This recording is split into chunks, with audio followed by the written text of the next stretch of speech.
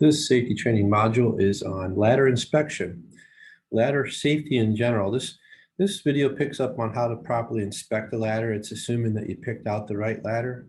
So you want to make sure you use the right ladder for the job. So don't use a step ladder and lean it against the wall as an extension ladder. Don't use an extension ladder in place of a step ladder. Don't use just part of an extension ladder. Use one that's tall enough so you don't have to step on the top step, which is not safe.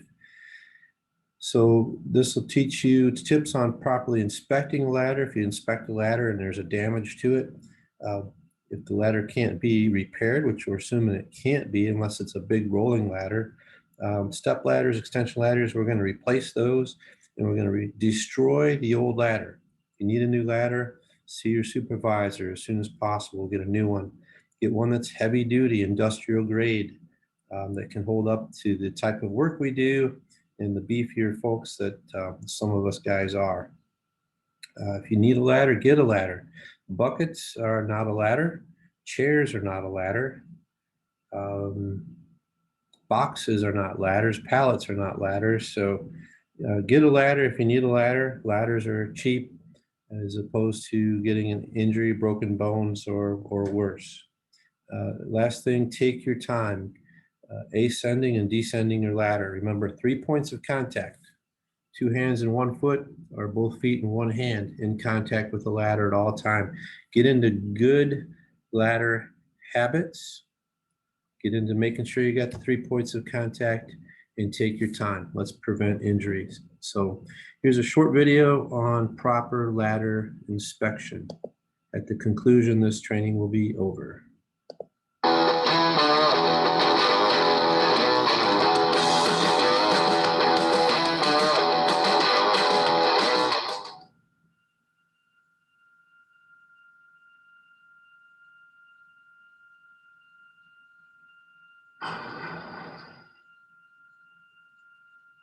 Now that you've made the proper ladder selection, the next step is to inspect your ladder.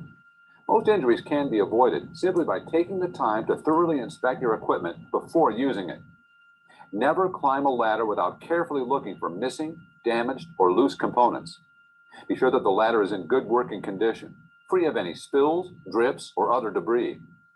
Also, check to make sure that the labels on your ladder are in place and readable. When inspecting your step ladder, begin at the bottom and work your way up. First, look at the feet and be sure the foot pads are properly attached and are not worn, torn, or missing. Next, inspect the ladder rails. For a fiberglass ladder, make sure the rails are not excessively worn, damaged, or split. For an aluminum step ladder, be sure there is no damage or bowing to the rails. Do this for both the front and back of your step ladder. Look at the steps of your ladder to make sure that they are not bent or damaged and that the connections are tight. Also, clean any debris or other substances from the steps.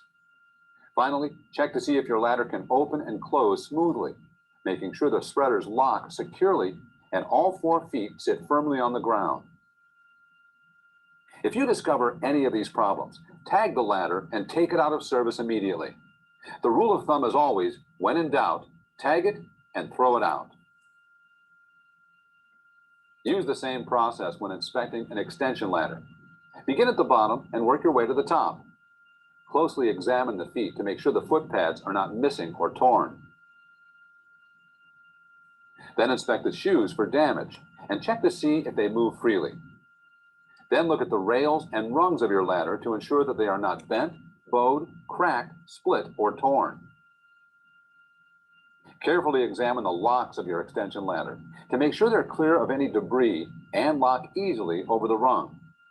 Check to be sure that the flippers on the locks are in place and are not damaged. Finally, look at the rope on your extension ladder. Check to see that it is properly secured to the fly section of the ladder and make sure that it is not frayed, worn, or torn, and that it glides easily through the pulley. Never climb on a damaged ladder. Remember, when in doubt, tag it and throw it out.